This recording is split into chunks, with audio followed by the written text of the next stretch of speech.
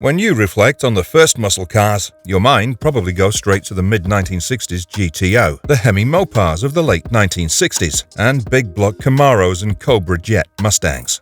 However, none of those were actually the first factory hot rods. To find the true originators, you need to turn back the clock to the period just after World War II. It was during this time that the first muscle cars hit the scene, combining big sedans with even bigger V8s. Curious to know which models led the charge in Detroit's pursuit of creating affordable, speedy cars? Here is a list of the 5 first muscle cars. However, before we begin our video, we'd greatly appreciate it if you subscribe to our YouTube channel and also press the bell icon.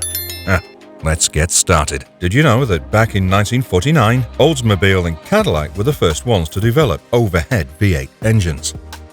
Although they were completely different and had no common parts, they both powered GM's cars. Cadillac engines powered luxury cars, while Oldsmobile engines got stuffed into Oldsmobiles, which makes sense, right?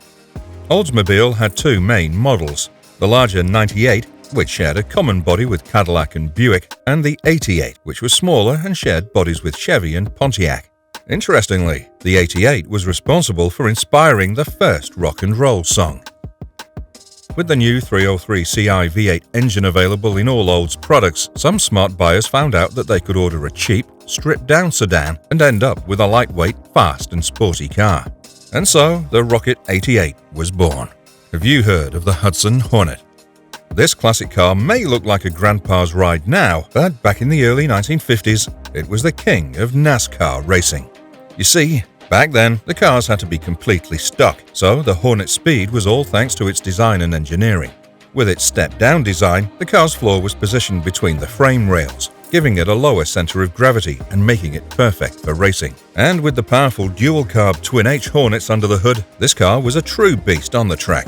In fact, the Hornet's 6-cylinder engine was advertised as the largest in the world, and it cranked out an impressive 170 horsepower. Hudson even offered special severe usage components to help racers make their Hornets even faster. Chrysler wanted to ditch its old-fashioned image and also make a factory hot rod that could compete in NASCAR racing. The solution was the limited edition Chrysler 300. Equipped with a powerful 331 Ci Hemi engine, the car boasted a solid 300 HP thanks to dual 4 BBL carburetors and solid lifters. The short wheelbase Nassau hardtop made it the lightest option available. Chrysler added the Imperial split front grille to distinguish it on the outside and only offered tan leather interiors in 3 colors: black, white, or red. The advertising campaign focused on the car's speed and performance, with the car being able to hit 128 miles per hour in the flying mile. Chrysler sold 1,722 examples, which was enough to homologate them for NASCAR competition and make the company an instant hit. Back in 1956, Rambler had a new distinctive body and also introduced its own V8 engine that boasted 190 horsepower, more powerful than Chevy's. A year later, Rambler became a separate mark, and to advertise the new brand, body and engine, it put its fastest engine in its lightest Rambler, a 4-door mid-size sedan, and called it Rebel. Despite its rarity, the Rebel was available with Bendix electronic fuel injection. With a 327 Ci V8 engine that had solid lifters and higher compression, it was advertised as having 255 horsepower, but it was actually closer to 300. The Rebel was the first to put a large engine in an intermediate body, a recipe that Pontiac would later use to create the GTO in 1964.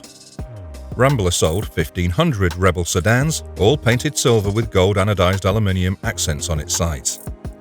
The 0 to 60 miles per hour time, with carburetors, was 7.5 seconds, making it a true sleeper sedan. So, that's it for today's updates. Make sure to subscribe to our channel and click the bell button to get all the latest.